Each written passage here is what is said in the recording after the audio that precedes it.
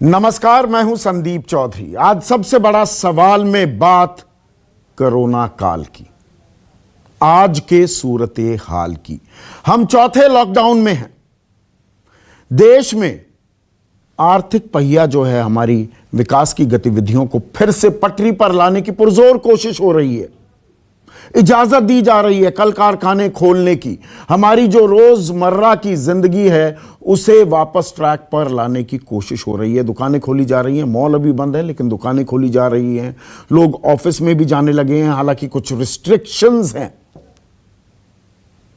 इन सब के बीच अब ट्रेनें और चलेंगी। 209 नॉन एसी ट्रेन्स 1 जून से चलाने की इजाजत दी गई है। आज की ही बड़ी खबर है, 62 दिन की लॉकडाउन के बाद, लॉकबंदी के बाद अब हवाई उड़ानें जो हैं, विमान सेवाएं, वो भी अपना काम करना शुरू कर देंगी। तो कोशिश पूरी की जा रही है। 1 लाख से ऊपर आंकड़ा पार कर गया है कोरोना संक्रमण का, लेकिन साथ ही साथ जान पर ध्यान देने के अलावा अब जहान पर भी ध्यान दिया जा रहा है। लेकिन जब हम जहान की बात करते हैं, अर्थव्यवस्था की बात करते हैं, तो रीढ़ की हड्डी कौन है अर्थव्यवस्था की? इस देश के असल निर्माता कौन है? वो है हमारे मजदूर, वो हैं हमारे श्रमिक। और श्रमिक घर जाना चाहते हैं। क्या वो घर जा पा रहे हैं इस पूरी आपाधापी में? कल मैंने एक कार्यक्रम किया था और मैंने निवेदन, गुजारिश की थी तमाम राजनीतिक दलों से कि बस करो, राजनीति मत करो, बस करो, बस पर राजनीति मत करो। जी हां, उत्तर प्रदेश में अब 4 दिन से बस पर राजनीति चल रही है। कांग्रेस ने कहा हम 1000 बसें देने को तैयार हैं, इससे मजदूर अपने घर जा पाएंगे। उत्तर प्रदेश सरकार ने कहा अच्छा प्रस्ताव भेज दीजिए। उसके बाद बाकायदा लिस्ट निकाली गई। आगे मैं डिटेलिंग में बताऊंगा कि भाई इतने 3 व्हीलर निकल गए, इतने 2 व्हीलर निकल गए, इतनी एम्बुलेंस निकल गई, इतनी बसें तो कबाड़ थी, किसी के पास फिटनेस सर्टिफिकेट नहीं था, वगैरह वगैरह वगैरह। लब्बो लुबाब यह है कि आज शाम 4 बजे तक कांग्रेस ने कहा या तो इजाजत दे दो वरना बसें वापस लेकर चले जाएंगे। एक भी मजदूर इन बसों में अपने घर तक नहीं जा सका। यह बस राजनीति की बलि चढ़ गई। बस पर राजनीति सवार हो गई, मजदूर बस पर सवार नहीं हो पाए। अब इसमें हासिल क्या हुआ? बीजेपी ने अपनी राजनीति कर ली, कांग्रेस ने अपनी राजनीति कर ली, लेकिन बेचारा मजदूर वो कहां पर? वो तो घर नहीं जा पाया। हम ट्रेन भी चलाएंगे, हम प्लेन चलाएंगे, बसें भी चलाने का इंतजाम करने की बात की जाएगी। अभी दिनेश शर्मा एक निजी चैनल पर बैठे थे, दूसरे निजी चैनल पर, और वो कह रहे हैं हमें जब जरूरत होगी, जरूरत पड़ी तो हम मांग लेंगे बस। हम राजस्थान सरकार से 2000 बसें मांग लेंगे, अभी हमें जरूरत नहीं है। तो ये 4 दिन तक तमाशा क्यों चल रहा था? और कांग्रेस बस देने को तैयार है तो राजस्थान में, महाराष्ट्र में, पंजाब में जो श्रमिक फंसे हुए थे, और आज थोड़ा फंसे हैं, वो तो पिछले 58-59 दिनों से फंसे हुए हैं, वहां पर बसों का इंतजाम क्यों नहीं किया गया? ट्रकों में लदकर महाराष्ट्र से, राजस्थान से क्यों आ रहे हैं श्रमिक? वहां पर बसों का इंतजाम कर लेते। तो राजनीति हावी है, मजदूरों के बारे में कोई नहीं सोच रहा, इसलिए बयानबाजी भी राजनीतिक है। सुनिए। जब इन बसों का दी गई सूची का विश्लेषण किया गया तो पाया यह गया कि इन बसों में 460 वाहन, यानी करीब आधी बसें फर्जी निकली। आपदा के वक्त इस प्रकार का घिनौना मजाक शायद इससे पहले कोई राजनीतिक दल, इतना बड़ा राजनीतिक दल ने कभी नहीं किया होगा कि सूची दें और सूची के बाद एक सरकार की बसों की सूची निकले और उस सरकार की बसों की सूची में से 460 यानी करीब आधी बसें फर्जी निकल जाएं। अगर आपको इस्तेमाल करनी है तो इस्तेमाल करिए, हमें अनुमति दीजिए। आपको भाजपा के झंडे लगाने हैं, इन पे अपने भाजपा के स्टिकर लगाने हैं तो बेशक लगाइए, बेशक लगाइए।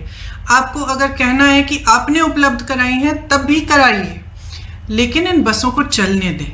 क्योंकि जब तक हम इस राजनीतिक उलझन में पड़े रहे हैं ना, जब तक आप अजीब अजीब से बयान दे रहे हैं और तमाम इश्यूज उठा रहे हैं, तब तक हम कम से कम 92,000 लोगों को घर पहुंचा सकते थे।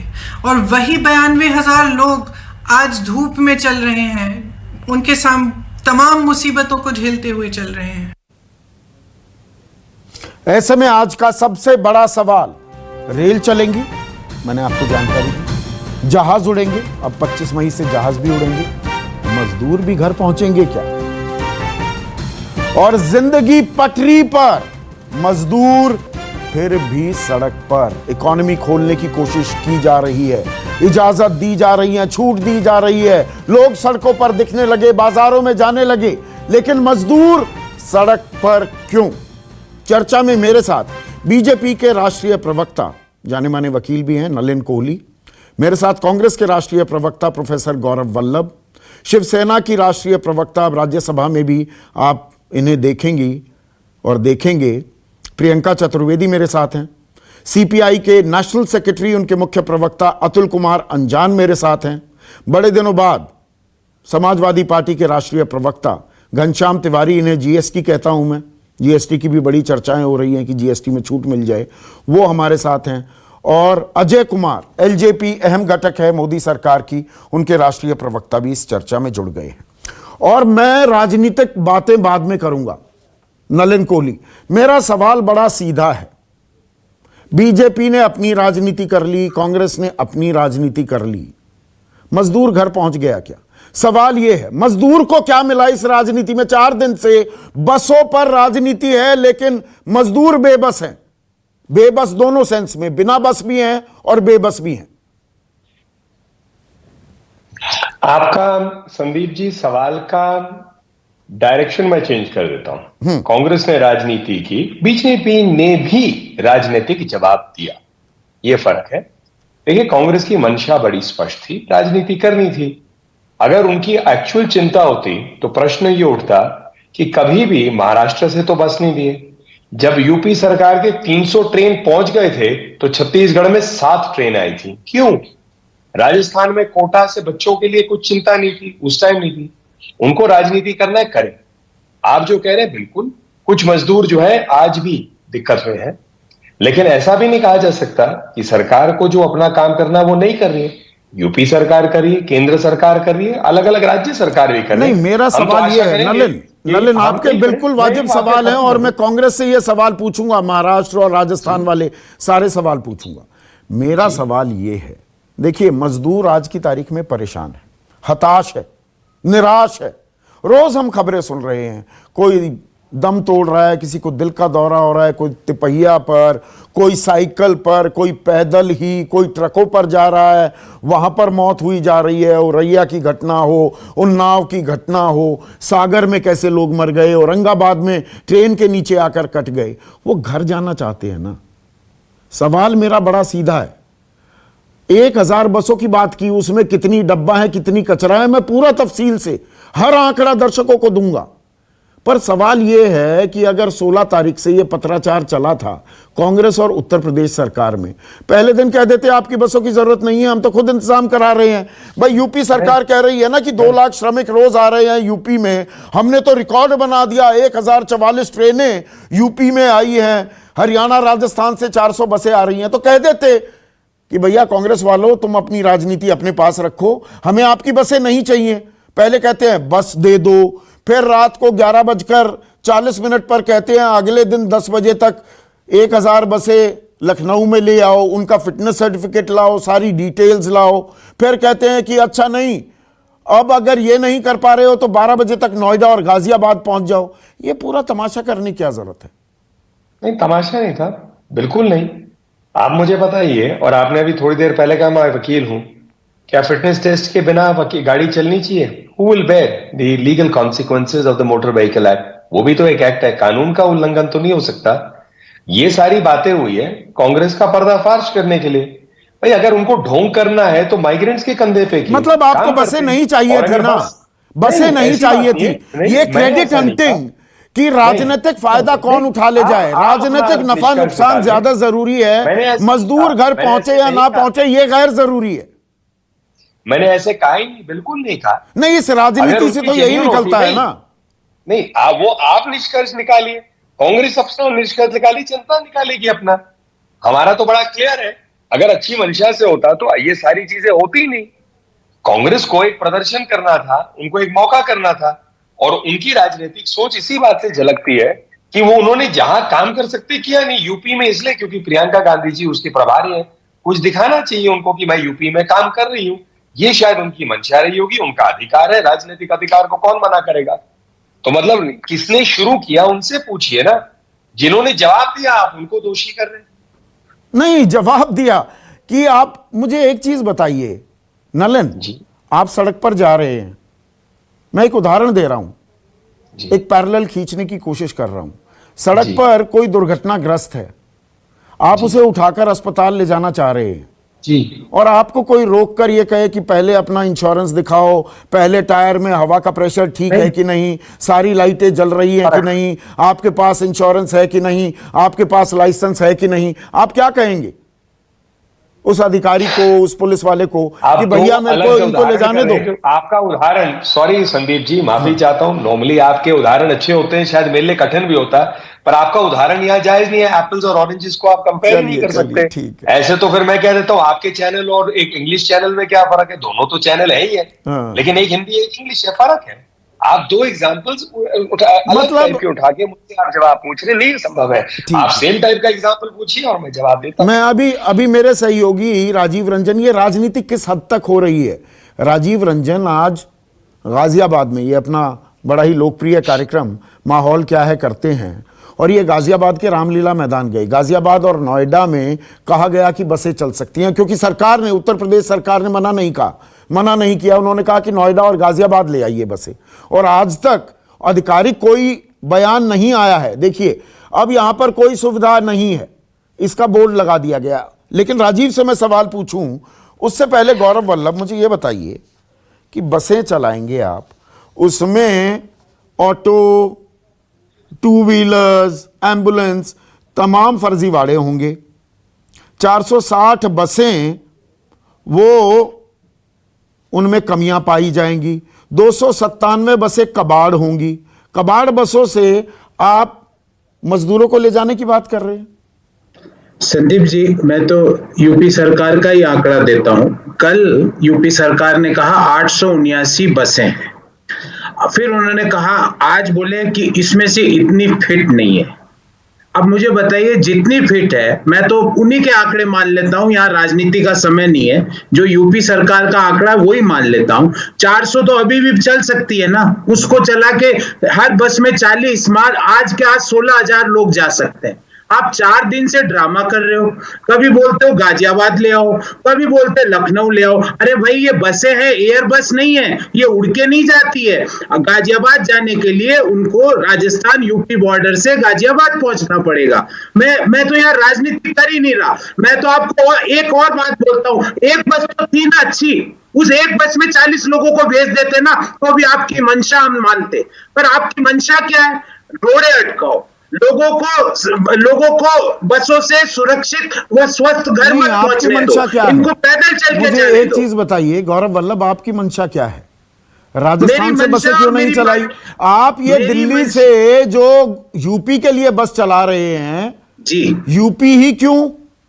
राजस्थान में मजदूर फंसे हुए हैं, महाराष्ट्र में फंसे हुए हैं, पंजाब में फंसे हुए हैं, आपने कितनी बसें चलाई? आपने सही सवाल किया संदीप जी। मुझे आप ये बताइए, वित्त मंत्री जी का आंकड़ा है कि 8 करोड़ माइग्रेंट मजदूर है, और इन 8 करोड़ में से 100% मैं कहता हूं, आप भी इकोनॉमिक्स के जानकार है, बिहार, उत्तर प्रदेश और झारखंड के कम से कम 5.5-6 करोड़ लोग होंगे। और आप यहाँ पे आपदा के समय आप बोल रहे हो वहां क्यों नहीं चलाई? अरे भैया, जहाँ चल रही है वहां मदद ले लो। अब हम तो ये भी कह रहे हैं, आप योगी जी का उस पर फोटो लगा लेना सामने, और पीछे वाले बस के पीछे वाली सीट पे मोदी जी का लगा लेना, और फिर चला लो, और ये भी लिख देना कि बीजेपी ने चलाई। नहीं, मजदूरों की जान के साथ खिलवाड़ होगा क्या? मजदूरों की जान के साथ खिलवाड़ होगा। 297 बसें कबाड़ मिलेंगी। मैं आपको ऑटो, 3 व्हीलर्स के नाम आप वहां पर उनके नंबर्स लिख देंगे कि ये बस है, ऑटो को बस बना देंगे। मैंने आपको क्या कहा कि 1094 की लिस्ट दी, आपने कहा ये कमियां, फिर भी पीछे 450 तो बची ना, उनको क्यों नहीं चलाते?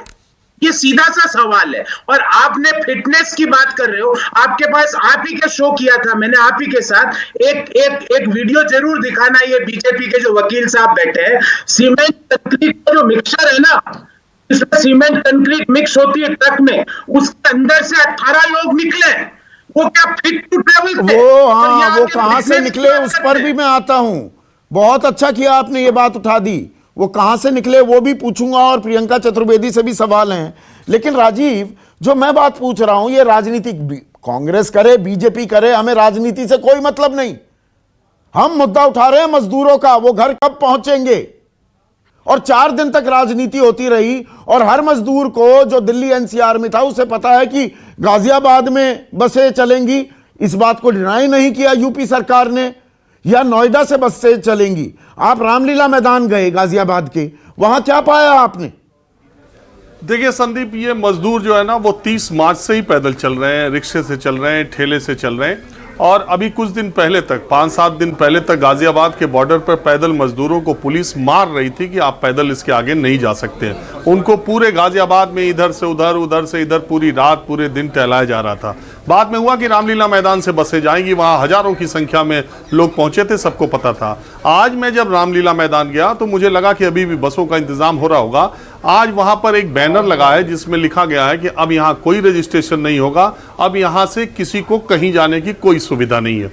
अब आप सोचिए, मैं वहीं पर था और 2-3 गाड़ियों में, ओला उबर की टैक्सीज में, किसी पड़ोसी ने या किसी ने मदद करके उन रोते बिलखते मजदूरों को वहां पर भेजा, गाजियाबाद के उस रामलीला ग्राउंड तक, कि वहां चले जाओ, वहां से आपको अपने जाने का रास्ता मिल जाएगा। जब मजदूर वहां पर पहुंचे तो पुलिस वालों ने कहा यहां मामला सब खत्म हो गया, और तुरंत वहीं पर वो जो सारी टैक्सीज उनको लेकर आई थी, वहां पर पुलिस के लोगों ने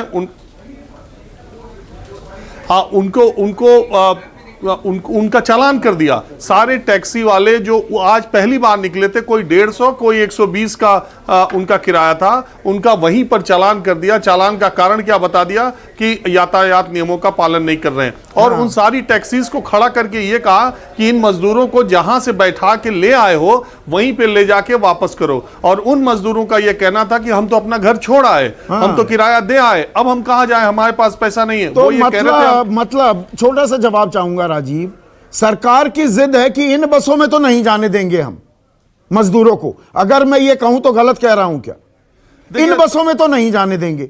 अगर संदीप, यही बात है, अगर आप गाजियाबाद, ये जितने लोग पैनल में बैठे अपनी अपनी गाड़ियों से गाजियाबाद और नोएडा की सड़कों पे निकल जाएं, अगर इनको हर 200 मीटर पे मजदूर फुटपाथ पर बैठा न दिखाई दे तो मैं इनकी बात मान लूंगा। दूसरी बात यह है कि उन मजदूरों को कुछ पता नहीं है कि वो कहां जाएं, कैसे आए, कोई बताने वाला नहीं है। पुलिस के पास जाते हैं, एक पुलिस वाला डांटता है, दूसरी तरफ जाते हैं, दूसरा वाला डांटता है, तीसरी तरफ। तो अजय, मतलब जिद है, हम करेंगे इंतजाम और उसी से भेजेंगे।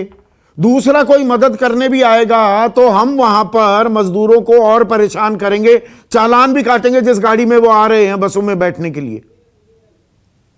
गलत कह रहा हूं अजय कुमार, या राजीव गलत कह रहे हैं? नहीं, ये बात नहीं, जो राजीव बता रहे हैं ग्राउंड की बात है, वो बिल्कुल सही बताएंगे, वो क्यों गलत बताएंगे।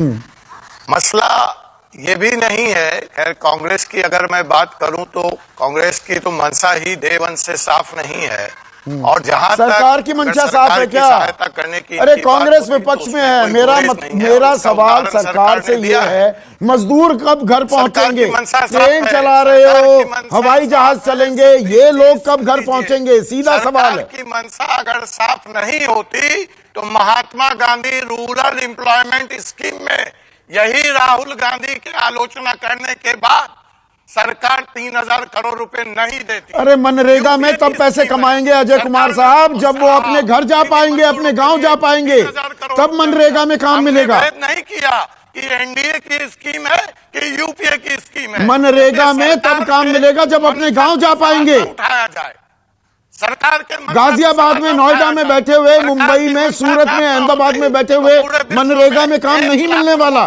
60 लोग संक्रमित हैं भारत में, 60 लोग संक्रमित हैं।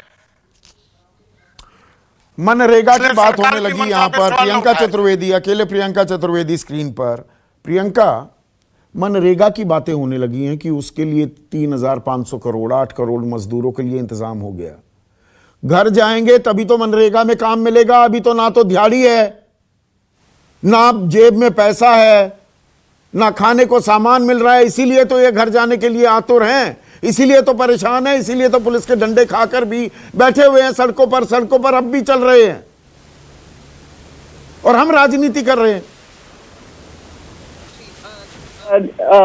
संदीप जी, मैं करीब 15 मिनट बाद इस डिबेट में शामिल हुई हूँ। मुझे बस 3 मिनट दीजिएगा, क्योंकि बार बार इसमें महाराष्ट्र को भी घसीटा जा रहा है डिस्कशन में, और ये कहा जा रहा है। मैं महाराष्ट्र पर आता हूँ, पहले मेरे सवाल का जवाब दीजिए। महाराष्ट्र का पूछूंगा। मैं आपका जवाब दूंगी। साहब ऐसा है, 7:15 के में आपसे 3 मिनट आपसे मांगे हैं। आपको जो इसमें सवाल पूछना है आप मुझसे जरूर पूछिएगा, पर क्योंकि मैं महाराष्ट्र का नेतृत्व करती हूँ, राज्यसभा में हूँ, मैं महाराष्ट्र की बात शुरू करूंगी, क्योंकि बाकी लोगों ने महाराष्ट्र को बार बार घसीटा है इसमें। मैं बस आपको एक चीज यहाँ पर कहना चाहती हूँ। मैं नलिन कोहली जी की बात सुन रही थी, उन्होंने कहा महाराष्ट्र में बसेस क्यों नहीं गई। मैं कह रही हूँ कि हम सत्ता पक्ष में हैं, और सत्ता पक्ष का हिस्सेदार कांग्रेस पार्टी भी है, और उन्होंने काफी सारी ट्रेन, करीब हमारे यहाँ से 360 ट्रेन चली हैं, 37 ट्रेन का और परमिशन मिली हुई है, और हम चाहते हैं हमारी 500 ट्रेन चले। अगर हमारे यूपी के भाई बहन वापस जाना चाहते हैं, हमारे बिहार के भाई बहन वापस जाना चाहते हैं, हम चाहते हैं कि पूरे सम्मान से हम उनको वापस भेजें। पर जब तक वो यहाँ पर थे, हमने उनके तीनों समय का खाना, उनका राशन, हमने शेल्टर कैंप सब बनाकर वहां पे रखे हैं, और बार बार हमारे मुख्यमंत्री ने उनसे संवाद साधा है। रही बात विपक्ष की, ये जो मानवता पे जो पूरा हमला हो रहा है, हम कह रहे हैं, प्रधानमंत्री खुद कहते हैं कि ये ह्यूमैनिटेरियन इशू है, इसमें राजनीति मत करो। हम हफ्ते विपक्ष से महाराष्ट्र में कह रहे हैं, आप भी सामने आकर मदद करो। मैं नलिन साहब से पूछना चाहती हूँ, आपके 105 एमएलए हैं भारतीय जनता पार्टी के, उसमें से कितनों ने अपना फंड महाराष्ट्र सरकार के लिए, महाराष्ट्र की जनता के लिए खर्च किया? उनके जो भी एमपीज हैं महाराष्ट्र के, मैं उनसे पूछना चाहती हूँ, उनका कौन सा एमपी लैड फंड है जो उन्होंने महाराष्ट्र की जनता की बीच से जीत कराए? महाराष्ट्र का ही आप रिप्रेजेंटेशन कर रहे हैं पार्लियामेंट में, आप लोगों ने कितना खर्चा किया, और विपक्ष के क्या क्या काम रहे हैं महाराष्ट्र में? और मैं केंद्र सरकार की बात करना चाहती हूँ। केंद्र सरकार से कुल मिलकर हमें 1611 करोड़ मिले हैं, जो राहत की अमाउंट है, और वो हम कह रहे हैं चलिए आप राहत का अमाउंट जो भी कम दे रहे हैं आप दीजिए, पर हमारा जो जीएसटी रिफंड है आप हमें दे दीजिए। वो तो महाराष्ट्र की रिफंड है, महाराष्ट्र का 16,000 करोड़ से ऊपर रिफंड पड़ा हुआ है, उसी से हम अपना काम चला लेंगे। ठीक है प्रियंका देखिए, ये एक नया चलन हो गया। आप रुकिए एक मिनट। हमारे जहाँ पे हमारे भाई बहनों का ख्याल नहीं रखा जा रहा, हमारे मजदूर भाई बहनों का, मैं कहती हूँ एक बस भी अगर विपक्ष चलाए, 10 बस भी विपक्ष चलाए, हम कहते हैं कि सत्ता पक्ष उससे विरोध नहीं करेगी। अरे बड़ा दिल रखिए। ये ठीक है, अब मेरा सवाल प्रियंका, ये देखिए ये नया चलन हो गया है राजनीति में। सत्ता में जो जहां पर है, बीजेपी केंद्र में सत्ता में है, उत्तर प्रदेश में सत्ता में है, विपक्ष से सवाल पूछ रही है। आप सत्ता में है महाराष्ट्र में, आप विपक्ष से सवाल पूछ रहे हैं। मेरा सवाल, एक मिनट प्रियंका, एक मिनट, नहीं, अब सवाल सुनिए प्रियंका, सवाल सुनिए प्रियंका, सवाल सुनिए प्रियंका, सवाल सुनिए। नहीं, सवाल सुनिए। धारा प्रवाह से बोलने से फायदा नहीं होगा। घर जाने की कोशिश कर रहे हैं, क्या हमारी जिम्मेदारी नहीं? प्रियंका, आप मेरी आवाज सुन पा रही हैं? आप मेरी आवाज सुन पा रही हैं? हम काम करें। आप मेरी आवाज सुन पा रही हैं? सत्ता पक्ष आप मेरी आवाज सुन पा रही हैं? आप मेरी आवाज सुन पा रही हैं? ये विपक्ष पर आरोप लगाना सत्ता पक्ष का, आप सत्ता में है तो बीजेपी पर हमला, बीजेपी यूपी में केंद्र में सत्ता में है तो कांग्रेस पर या विपक्ष पर हमला, ये नई राजनीतिक नैरेटिव है। मेरा सवाल ये है, आप सारी बातें मैंने आपकी सुनी, अनइंटरप्टेड सुनी, आपने कितनी बसें चलाई महाराष्ट्र में? अगर आप कह रही हैं कि बीजेपी बस नहीं चलने दे रही, आपने महाराष्ट्र में कितनी बस चलाई? महाराष्ट्र से ही चले थे ना मध्य प्रदेश के लिए वो 16 लोग जो औरंगाबाद में ट्रेन के नीचे आकर कट गए। चलिए अब मैं जवाब दे दूं भाई? हाँ, देखिए, सबसे पहले तो मैं ना ही यहाँ पे सत्ता पक्ष को दोष दे रही, ना मैं विपक्ष को दोष दे रही। मैं बस ये कह रही हूँ, इंसानियत के नाते अपना सत्ता पक्ष विपक्ष छोड़कर, सवाल आप पूछ रहे हैं सत्ता पक्ष विपक्ष को लेकर, मैं बस ये पूछना चाह रही हूँ, अगर हम बात कर रहे हैं, खुद प्रधानमंत्री कहते हैं कि हमें अपनी राजनीति छोड़कर सबको एकजुट होकर काम करना है, तो मैं बस कुछ सवाल पूछ रही हूँ कि हमारे विपक्षी नेताओं ने क्या क्या काम किया है? गवर्नर आपने कितनी बसें चलाई? कोई काम नहीं किया है। मैं आपको बता रही हूँ, करीब 50,000 से ज्यादा लोग हमारी बसेस के माध्यम से अपने अपने घर पहुंचे हैं, और वो भी MSRTC बसेस जो चल रही है ना भाई साहब, फ्री ऑफ कॉस्ट चल रही हैं। अब ट्रेन का भी जो खर्चा है वो फ्री ऑफ कॉस्ट चल रहा है, जो CM रिलीफ फंड से आ रहा है। तो हमारे जो मजदूर भाई बहन हैं उनको बिल्कुल सम्मान के साथ हम अपने अपने उनके घरों में नहीं है, उनके पास घर नहीं है तो उनको शेल्टर होम्स में रख रहे हैं। खुद मुख्यमंत्री तीनों समय का उनका पूरा जो डिस्ट्रिक्ट कलेक्टर्स हैं उनसे उनकी अपडेट्स लेते हैं। तो हमारे तो मैंने तो आपको अपना पूरा आंकड़ा दे दिया। हम ठीक है, मैंने आपके आंकड़े सुने। अब GST स्क्रीन पर विपक्ष अगर घनश्याम तिवारी, एक मिनट प्रियंका, सबको मौका मैं दे दूं। घनश्याम तिवारी, किसी से पूछो वो कह रहे हैं हम अपना काम कर रहे हैं, सब अपना काम कर रहे हैं, केंद्र भी कर रहा है, राज्य सरकारें भी कर रही हैं, वो सत्ता पक्ष की यानी कि बीजेपी की हो या विपक्ष की हो, सब काम कर रहे हैं, फिर ये मजदूर परेशान क्यों हैं? फिर ये घर क्यों नहीं जा पा रहे? देखिए, सबसे पहले मैं आपको, इस पैनल के सभी साथियों को और आपके दर्शकों को नमस्कार करता हूं। मैं काफी दिनों बाद बहस में आया हूं और ऐसे समय पे आया हूं जब देश और दुनिया के सामने भीषण आपदा है, लेकिन भारत में ये आपदा का स्वरूप अलग है, क्योंकि कुछ तुगलकों ने 4 घंटे में इस देश में अंतहीन लॉकडाउन का निर्णय लिया, उसके बाद वो छुप गए। दुनिया के हर लोकतांत्रिक देश का राष्ट्रपति, प्रधानमंत्री प्रेस के सामने रोज आ रहा है और बात कर रहा है कि क्या निर्णय लिए जाने चाहिए, क्या निर्णय वो ले रहा है। हमारे प्रधानमंत्री छुपे हुए हैं। जब उन्हें मन की बात 31 मई को करनी है तो उसका प्रेस 2 दिन पहले, 13 दिन पहले 18 तारीख को चला जाता है कि 31 मई को प्रधानमंत्री मन की बात करने वाले हैं। और जब अंतहीन लॉकडाउन करने की बात होती है तो 4 घंटे पहले देश को बताया जाता है कि अंतहीन लॉकडाउन है, और उसके बाद रेलें रोक दी जाती हैं, बसें रोक दी जाती हैं, प्रधानमंत्री जवाब नहीं देते, इनका एक मंत्री सामने नहीं आता। उत्तर प्रदेश में स्वास्थ्य मंत्री कौन है, उसने पिछले 1 महीने में क्या कहा है, किसी को कुछ पता नहीं। इस सरकार ने, मैं सीधा सीधा, सब लोग कह रहे हैं हम राजनीति नहीं कर रहे, मैं विपक्ष के नाते सीधा सीधा इस देश के तुगलकी सरकार को, प्रधानमंत्री को इसका जिम्मेदार ठहराता हूं कि इस देश के 8 करोड़ लोग बेसहारा घूम रहे हैं। वो आज की तस्वीरें आ रही हैं कि कोई बेचारा कुत्ते का मांस खा रहा है, मरे हुए कुत्ते का मांस खा रहा है। ये इस 21वीं सदी के भारत की तस्वीर है, क्योंकि हमारे देश में एक तुगलक बैठे हैं जो तुगलक केवल निर्णय लेते हैं, उसके बाद छुप जाते हैं। ये जिम्मेदारी किसकी है? क्या इन मजदूरों ने निर्णय लिया? क्या उस बेटी ने निर्णय लिया? वाजिब सवाल है, बिल्कुल वाजिब सवाल आपने पूछा है, तो नलिन से मैं ये सवाल करता हूं, मजदूरों को घर वापस भेजने की जिम्मेदारी किसकी है? नलिन कोहली, बिल्कुल सीधा सवाल है। राज्य सरकारों की। राज्य सरकारों की, केंद्र सरकार की कोई जिम्मेदारी नहीं। सहयोग। इसीलिए 20,97,000 करोड़ के इस पैकेज में, राहत पैकेज में, मजदूरों को, श्रमिकों को घर भेजने के लिए कोई भी अमाउंट नहीं दिया गया कि भाई सरकार इतना पैसा खर्च करेगी, मजदूर अपने घर चले जाएं। इसीलिए ट्रेन भी चलती हैं तो बिना कोई डायरेक्टिव, वो बाद में रफू के जरिए 85-15 का फॉर्मूला भी इजाद होता है। मतलब मजदूर जाएंगे तो पैसों की बात होने लगती है। वंदे मातरम भारत, वंदे भारत का कोई मिशन मजदूरों के लिए नहीं चलेगा देश में, ये बात साफ है। आपने कर दी। नहीं, आप गलत हैं। अब मैं इसका जवाब विस्तार से देता हूं जी, बिल्कुल स्पष्ट देता हूं, ध्यान से सुनिए। मैंने क्यों कहा राज्यों की जिम्मेदारी है। मजदूर, ये आप तो मानते ही हैं कि 70 साल में इम्बैलेंस रहा है डेवलपमेंट का, इसीलिए लोग अपने राज्यों को छोड़ के दूसरे राज्य जाते हैं। अगर एक साथ ही विकास हर जगह होता तो नहीं चाहते, कोई छोड़ना नहीं चाहता अपने घर को। अब दूसरी बात, कहां जाते हैं? एक राज्य छोड़ के दूसरे राज्य जाते हैं। तो जैसे महाराष्ट्र ले लीजिए, विकासशील राज्य है। विकासशील राज्य में फैक्ट्रियां हैं, सब है, वहां लोग गए आमदनी भी कमाने के लिए और साथ में उस राज्य की विकास बढ़ाने में। अगर वो बिहार से चले या उत्तर प्रदेश से चले, अब 2 विषय हो गए। महाराष्ट्र में रुके हुए, बिहार, उत्तर प्रदेश, झारखंड, बंगाल, जहां भी जाना है, इन दोनों राज्यों की भी सहयोग केंद्र का होगा। इसीलिए इस बात को मैंने कहा, यह हाथ झाड़ने की बात नहीं है। केंद्र अपनी तरफ से अगर 5 किलो की बात कर रहा है या किसी के जनधन अकाउंट में पैसे जाता है वो कर रहा है। मतलब लेकिन आपने साफ कह दिया, मैंने गलत नहीं सुना आप ऐसे है, गलत कह रहे हैं। मजदूरों को घर मैंने गलत भेजने नहीं की कहा। जिम्मेदारी राज्यों की है, केंद्र का कोई लेना देना नहीं। एक मिनट, आप समझ नहीं, आप देखिए, एक मिनट संदीप जी, दो चीजें हैं, आप इसको ध्यान से सुनिए, मैं राजनीतिक नहीं सीधा जवाब दे रहा हूं। ये दो राज्यों के बीच में देश के प्रधानमंत्री माने नरेंद्र मोदी जी है, केंद्र सरकार है, उनको अपना दायित्व निभाना है। लेकिन अगेन फिर कह रहा हूं, जैसे ट्रेनों को देखिए, एक सेंडिंग स्टेट है, एक रिसीविंग स्टेट है, दोनों अगर नहीं मानेंगे तो ट्रेन तो सिर्फ माध्यम है पहुंचाने का, तो माध्यम पहुंचाने का तब रेलवे चलेगा ने ही जब कह दो दिया राज्य कंसेंट की मानेंगे। जरूरत नहीं है आप राज्यों इसको से, कैसे भेजेंगे? ये भी खामखा की लाल फीताशाही थी। मैं एक मिनट प्रियंका आपके पास आऊं, संदीप जी, एक मिनट प्रियंका संदीप आपके जी, पास आऊं। संदीप जी। अतुल कुमार अंजान बहुत देर से नहीं बोले। अतुल कुमार अंजान, साफ कह दिया है नलिन कोहली ने, और बहुत ही पढ़े लिखे और बहुत ही बैलेंस्ड प्रवक्ता हैं बीजेपी के, इनकी बातें मैं बड़े गौर से सुनता हूं।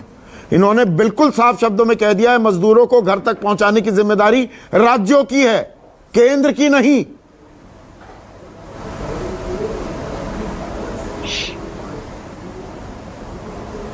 केंद्र की जिम्मेदारी मात्र फरमान जारी करने की है। केंद्र की जिम्मेदारी झूठे फर्जी आंकड़े पेश करने की है। केंद्र की जिम्मेदारी लोगों को बहलाने और फुसलाने की। जैसे आपने अभी कहा ना कि रेल चलेगी, जहाज उड़ेंगे, मजदूर घर पहुंचेंगे, एक पुराना गाना याद आ गया, राजा की आएगी बारात, रंगीली होगी रात, मगन में नाचूंगी। सबको मगन में नचा रहे हैं, सब कुछ हो रहा है, सारे देश के अंदर एकदम राम राज्य उतर के आया है, एकदम काजू गिलास में रख करके राम राज उतार दिया है। एक एक आदमी, मैं आपको बताऊं संदीप जी, मैं लखनऊ दिल्ली से चंडीगढ़ गया बाई रोड, मैं चंडीगढ़ से लौट के दिल्ली आया दूसरे रास्ते से, फिर मैं दिल्ली से देहरादून गया, देहरादून में उत्तर प्रदेश के रास्ते से लौट के आया, जयपुर गया, और जयपुर से आकर के फिर मैं अपने परिवार के साथ लखनऊ आ गया। इतनी लंबी यात्रा में मैंने ऐसे देखा लोगों को सड़कों पर चलते हुए जैसे बरसात में चींटियों की कतार चलती है। वो अपने ख्वाबों को लेकर दौड़ रहे थे और अपने आंसुओं में ही अपने ख्वाबों को डुबो रहे थे, और सरकारें ऐलान नहीं, एक मिनट अतुल कुमार मैंने वो अंजान, भी सुना है अतुल कुमार कि अंजान, लोग अतुल कूद अतुल करके अतुल पानी एक में मिनट मर रुकिएगा। देखिए जो नलिन कह रहे हैं, अब मैं फिर से पैरेलल ड्रॉ कर रहा हूं, मेरे पहले पैरेलल से इत्तेफाक नहीं रखा। प्रियंका मैं आ रहा हूं आपके पास, एक मिनट, मैं अतुल कुमार अंजान से अभी बात कर रहा हूं। फर्ज कीजिए फलौदी में, राजस्थान का फलौदी इलाका है, बीकानेर से जैसलमेर की तरफ जाओ, वहां पर कुछ मजदूर बिहार के फंसे हुए हैं, वो पूर्णिया के रहने वाले हैं, मालूम है। तो वो फलौदी के मजदूर को पूर्णिया तक पहुंचाने के लिए ये बिहार और राजस्थान सरकार ही आपस में बातचीत करेंगे, उनकी जिम्मेदारी है, बाकी किसी का कोई लेना देना नहीं।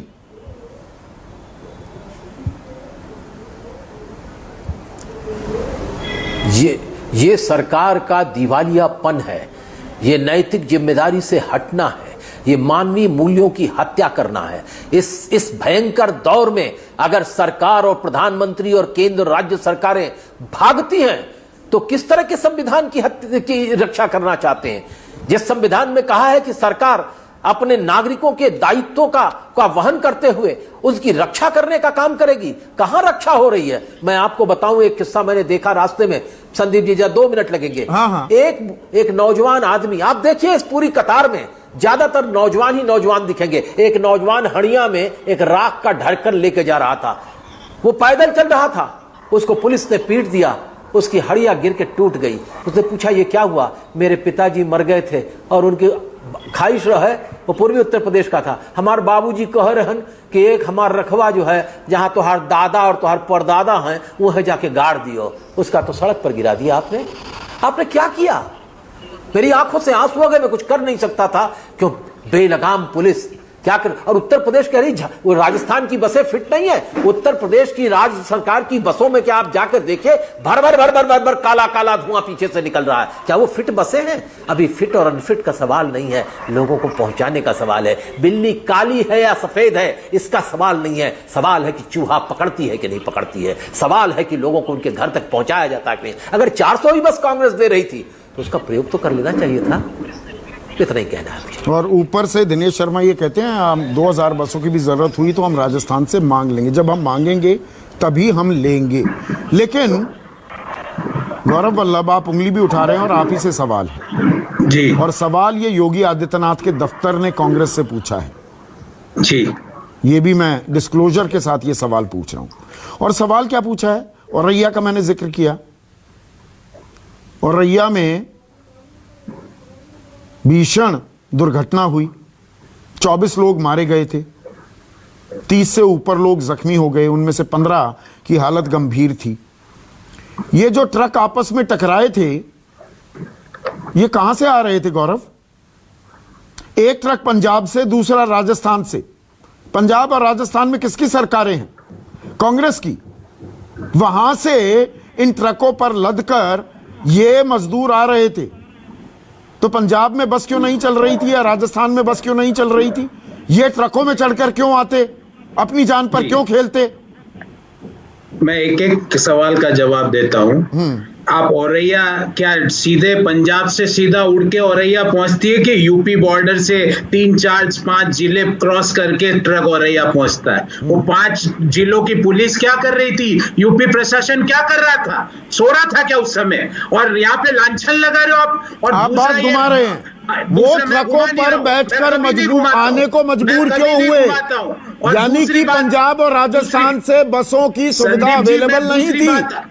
दूसरी बात आपको बोलता हूं। हाँ। अभी शो में मैं जो भाजपा के प्रतिनिधि हैं, इन्होंने एक ऐसी बात कही है, मुझे मतलब शर्म आ रही है। ये कह रहे हैं कि 8 करोड़ जो माइग्रेंट है उसके प्रति भारत सरकार की कोई जिम्मेवारी नहीं है। एक बार वापस सुनाइए वो क्लिप और उन 8 करोड़ लोगों को सुनाइए कि ये भारत सरकार है जिनको आपने कहा, ये कह रहे हमारी जिम्मेवारी नहीं है। अगर आपकी जिम्मेवारी नहीं है तो आपको भारत में शासन करने का कोई नैतिक अधिकार नहीं है, कोई संवैधानिक अधिकार नहीं है। जब आप अपने लोगों के प्रति जिम्मेवारी से भागते हो, शर्म नहीं आई आपको? नलिन और एक मिनट अपनी बात पूरी करने दीजिए।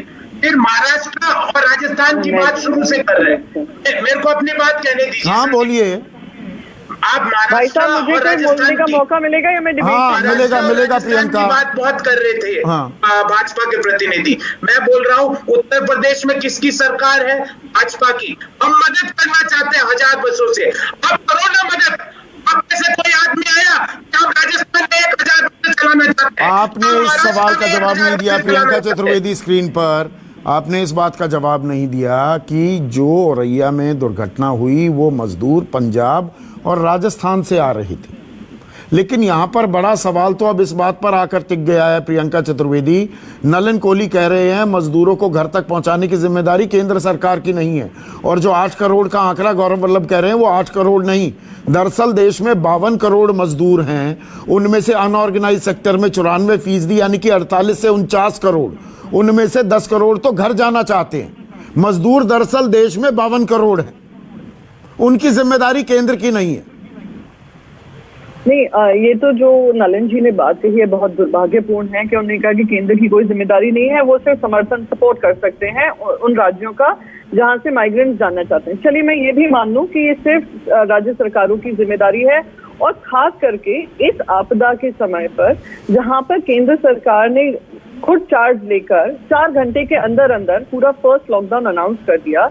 उस फर्स्ट लॉकडाउन में महाराष्ट्र सरकार, क्योंकि हम जानते थे, हमारे मुख्यमंत्री जान रहे थे कि हमारे कितने सारे ऐसे मजदूर भाई बहन होंगे जो वापस अपने अपने घर लौटना चाह रहे हैं, उस समय पर भी केंद्र सरकार से दरख्वास्त की थी कि आप ये रिकंसिडर करिए और कुछ ट्रेनों को चलने दीजिए, जैसे जो मजदूर भाई बहन अपने घर जाना चाहते हैं हम उनको सम्मानपूर्वक पहुंचा सकें। तो उस समय समर्थन नहीं मिला सरकार का। लॉकडाउन 2 के समय, लॉकडाउन 1 में हमें पूरा समर्थन मिला हमारे मजदूर भाई बहनों का। सब लोग अपनी अपनी जगह पर बने रहे, सब लोग ठीक है रेस्टलेस थे, पर वो समझ रहे थे कि एक बार का लॉकडाउन है। उनको नहीं पता था लॉकडाउन 2 भी आएगा, लॉकडाउन 3 भी आएगा, लॉकडाउन 4 भी आएगा। आप उनकी बेबसी समझ सकते हैं कि लॉकडाउन 1 से वो अपना घर जाना चाह रहे हैं, आपके साथ पूरा समर्थन दे रहे हैं, फिर बेबसी में आकर वो चलने लगे। ना उस समय पे बस अलाउड थी, ना ट्रेन अलाउड थी, बड़ी मुश्किल से भी ट्रेन शुरू हुई हैं। और वो ट्रेन में भी काफी राज्य सरकारें, तो जैसे आज गुजरात हुआ, कर्नाटका हुआ, और इनकी काफी सारी सरकारें हो, बिहार की सरकार हो, वो ट्रेन की परमिशन ही नहीं दे रही है महाराष्ट्र से चलने के लिए। तो आज महाराष्ट्र सरकार की भी बेबसी बन जाती है कि जब उनकी सरकारें वापस लेने को तैयार नहीं है अपने मजदूर भाई बहनों को, तो हम क्या करें। तो यहाँ पर केंद्र सरकार की कोई जिम्मेदारी बनती है या नहीं बनती है। मैं तो बहुत ही दुख हुआ ये सुनकर कि आज केंद्र सरकार अपना हाथ धो रहा है।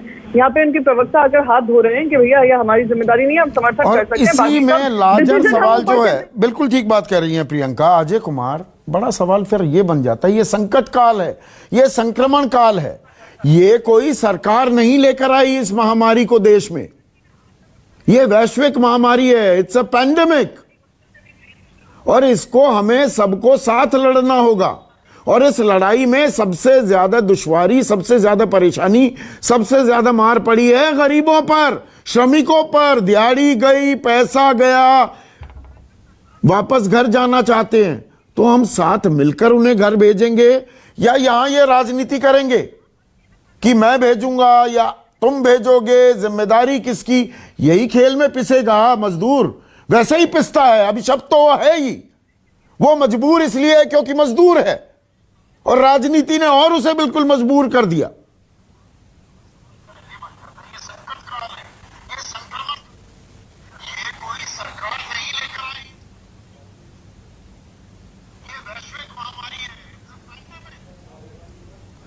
अजय कुमार, आपको आवाज आ रही है मेरी? आधा घंटा का ही था ना। अजय कुमार को आवाज नहीं आ रही है। जीएसटी, आप सवाल का जवाब दें। देखिए, ये बहुत दुर्भाग्यपूर्ण है कि सरकार निर्णय लेती है, उसके बाद देश के मजदूरों को असहारा छोड़ देती है। अगर वाकई ये सरकार को मजदूरों की फिक्र होती तो इस समय एक जैसे 100 नंबर है वैसे एक सेंट्रल हेल्पलाइन होती। आज से तकरीबन 45 दिन पहले मैंने देश के रेल मंत्री से निवेदन किया था, उनका नाम लेके उनको मैसेज किया था ट्विटर पे कि आप जितने भी रेल क्रॉसिंग है उनको आप टेम्पररी शेल्टर बनवा दीजिए, वहां पे ट्रेनें मजदूरों को ड्रॉप कर सकेंगी, आप ट्रेन चलाते रहिए। ये सरकार सुनती ही नहीं है, ना जिम्मेदारी लेती है, ना सुनती है, ना देखती है, सिर्फ आरोप लगाती है, जुमले गढ़ती है। 20 लाख करोड़ अगर सब कुछ राज्यों को करना है तो आप ये 20 लाख करोड़ राज्यों में बांट दीजिए। क्यों कह रहे हैं कि हम कोयले से लेकर अंतरिक्ष तक सब कुछ कर रहे हैं देश को बचाने के लिए। ये इकलौती दुनिया की सरकार है जो कोयले से लेकर अंतरिक्ष तक की बात करती है और एटॉमिक एनर्जी की बात करती है, जब सारी दुनिया इस चीज पे लड़ रही है कि लोगों के सामने 2 वक्त की रोटी कैसे आएगी, लोग स्वस्थ कैसे रहेंगे, लोग सुरक्षित कैसे रहेंगे। ये इकलौती ऐसी सरकार है जिसने सारी ट्रेनें रोक करके राजनीति शुरू कर दी। आप ये बताइए, गाजियाबाद में 6 ट्रेनों के लिए 2000 लोग पहुंचते हैं, जो शुरू में राजीव कह रहे थे, क्या ये सरकार को दिखाई नहीं देता? उत्तर प्रदेश में जो हाईवे है उस पर चलते हुए लोग सरकार को दिखाई नहीं देते। सिर्फ उत्तर प्रदेश में 50,000 से ज्यादा बसें हैं, क्योंकि मैं पुनः कहता हूं ये देखना नहीं चाहते। उत्तर प्रदेश में जिस राज्य से जो श्रमिक आया, वो जिस बॉर्डर पे आया उसको वहां डंडे मारेगा। ये डंडे किसके थे? ये क्या मोदी जी के डंडे थे, योगी जी के डंडे थे, विपक्ष के डंडे थे? इन्होंने अपनी पुलिस को कहा कि लोगों को डंडे मारो, जो लोग आ जाते हैं उन लोगों को वापस भेज के आओ जहां से आए हैं। जैसा कि राजीव जी कह रहे थे, जहां पर यमुना से लोग नदी में जान दांव पे लगाकर पार करने लगते हैं, वहां पर पुलिस पहुंच जाती है डंडे मारने के लिए। क्या सरकार का काम यह है कि तुगलक की तरह फरमान जारी करो, अपने जिम्मेदारियों से भाग जाओ, उसके बाद जब यही तो सवाल है अजय कुमार, यही सवाल। आपके साथ थोड़ा कनेक्शन में दिक्कत आ गई थी। मेरा सवाल बड़ा सीधा है, मजदूर ही पिसता रहेगा क्या? ये संकट काल है, संक्रमण काल है, सब साथ चलेंगे या राजनीति होगी? केंद्र बनाम राज्य, बीजेपी वर्सेस कांग्रेस, सत्ता पक्ष वर्सेस विपक्ष, यही खेल चलेगा क्या?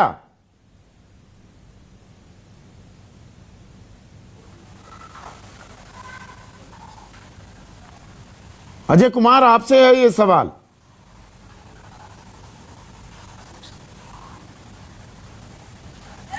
अच्छा संदीप जी, बिल्कुल मैं आपके बात से आज के डिबेट में सहमत हूं कि यही खेल चलेगा क्या। मैं घटक दल के सदस्य होने के नाते सीधे कहता हूं कि नहीं, केंद्र सरकार की जिम्मेवारी है और हम जिम्मेवारी का निर्वहन करने को तैयार हैं। लेकिन सवाल ये उठता है कि 2 मुख्यमंत्रियों की बैठक हुई, क्या किसी मुख्यमंत्री ने विरोध के स्वर उठाए? वहां पे नहीं उठाए। सारी बातें सहमति से एक टीम की तरह तय हुई, मुख्यमंत्रियों ने सारी चीजों को एग्री किया, और अब आज जब फेल्योर हो रहा है तो वो केंद्र की तरफ दोषारोपण कर रहे हैं। दारू तुम बेचो 70% के प्रीमियम पे, 18,000 करोड़ का पैकेज तुम्हें चाहिए, डंडे तुम्हारे पुलिस चलाए, एफसीआई के गोदाम खाली करके तुम्हारे गोदाम भर दिए, और अगर तुम हैंडल न कर पाओ तो ये केंद्र की जिम्मेवारी है, और केंद्र जब हस्तक्षेप करेगा तो यही अतुल कुमार अंजान सबसे पहले कहेंगे डिक्टेटरशिप है, फेडरलिज्म पे हमला है, भारत के संविधान पे हमला है। अरे न जाने तुम हमें किस जुर्म की सजा देते हो, न जीने की दवा देते हो, न मरने की दुआ देते हो। अजय कुमार, आज शुरुआत तय कर लो, आपने बड़ी जीना अच्छी है की कि या केंद्र की मजदूरों के जिम्मेदारी लिए। है, और घूम फिर कर अतुल कुमार अंजान विपक्ष पर आरोप मढ़ दिया है कि आप जानबूझकर राजनीति कर रहे हैं, केंद्र के काम में अड़चन डाल रहे हैं। केंद्र सब कुछ कर रहा है, लेकिन जो विपक्ष की सरकारें हैं जानबूझकर इस संक्रमण काल में कदमताल नहीं होने दे रहे।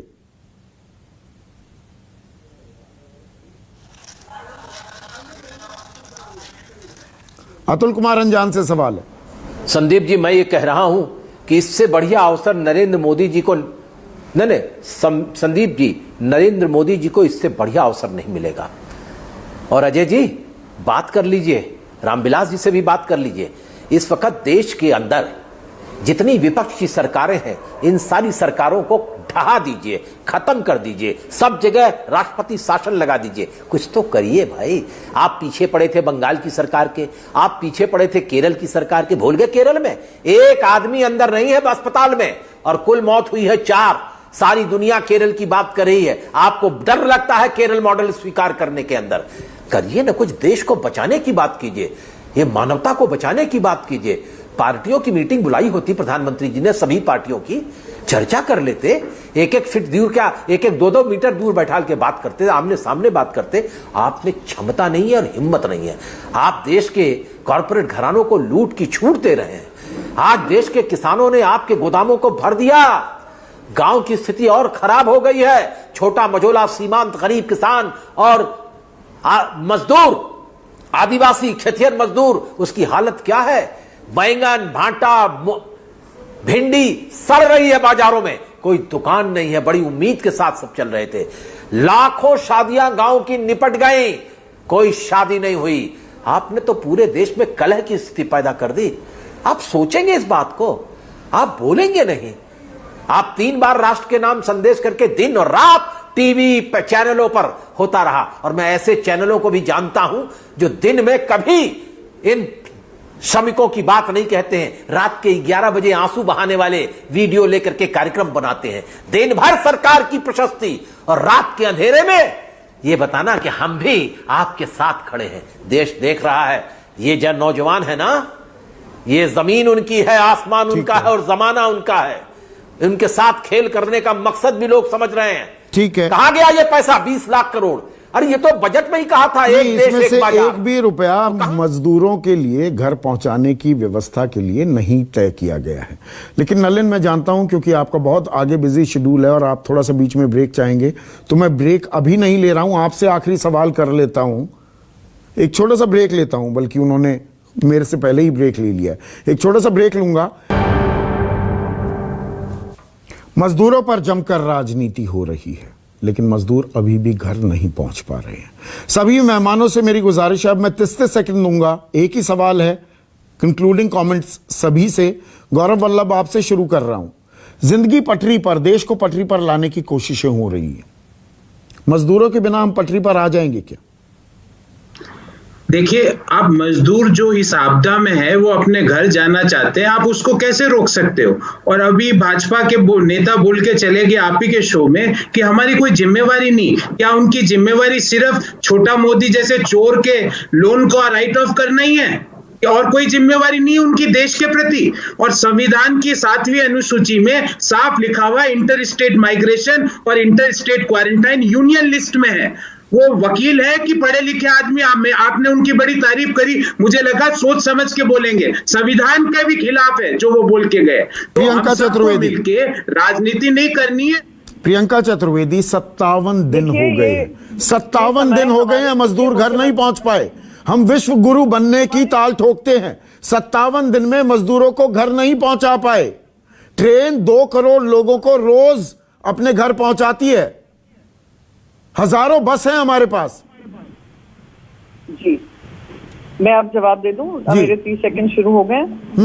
सबसे पहले तो मैं बता दूं, हमारे मुख्यमंत्री खुद ही कहते हैं कि ये इंसानियत की लड़ाई है। इस समय पे जो मानवता पे जो पूरा भार आया है उसको हमें ह्यूमैनिटेरियन ग्राउंड्स पे लेकर ही आगे काम करना है, कोई राजनीति करनी नहीं है। अब महाराष्ट्र में ही देख रहे हैं, हमारे मुख्यमंत्री कभी भी किसी राजनीति में पड़ नहीं रहे हैं और जिस तरीके से हम सहायता कर सकते हैं हम पूरी 24 घंटे 7 दिन मेहनत करके कर रहे हैं। बस यही है, उम्मीद है कि इस पे राजनीतिकरण ना हो और हर बार जब हमारे मुंबई में कुछ हादसा हो या औरंगाबाद जैसा हादसा हो सिर्फ महाराष्ट्र से ही सवाल नहीं पूछे जाए, कभी गुजरात से भी पूछा जाए, मध्य प्रदेश से पूछा जाए। हम सबसे सवाल पूछते हैं।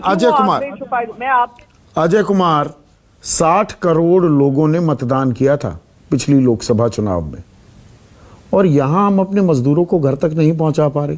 57 दिन, 2 महीने हो गए।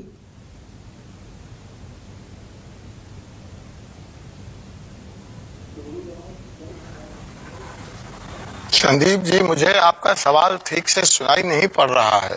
Hello hello hello. Ajay Kumar, अगली बार आपका कनेक्शन थोड़ा ठीक कराएंगे। आपके कनेक्शन में आज कुछ ज्यादा ही दिक्कत रही। लेकिन अतुल कुमार अंजान, आपसे भी यही सवाल। 60 करोड़ लोग मतदान हम करवा सकते हैं, दुर्गम से दुर्गम इलाकों में पहुंच जाते हैं हम, लेकिन मजदूरों को घर नहीं पहुंचा पाते।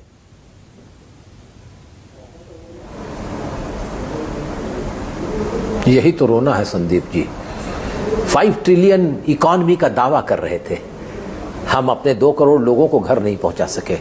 हम दावा कुछ और कर रहे थे कि हम चांद में अगली दफा आदमी भेजेंगे, हम जमीन पर चलते हुए लोगों को गाड़ी नहीं मुहैया करा सकते।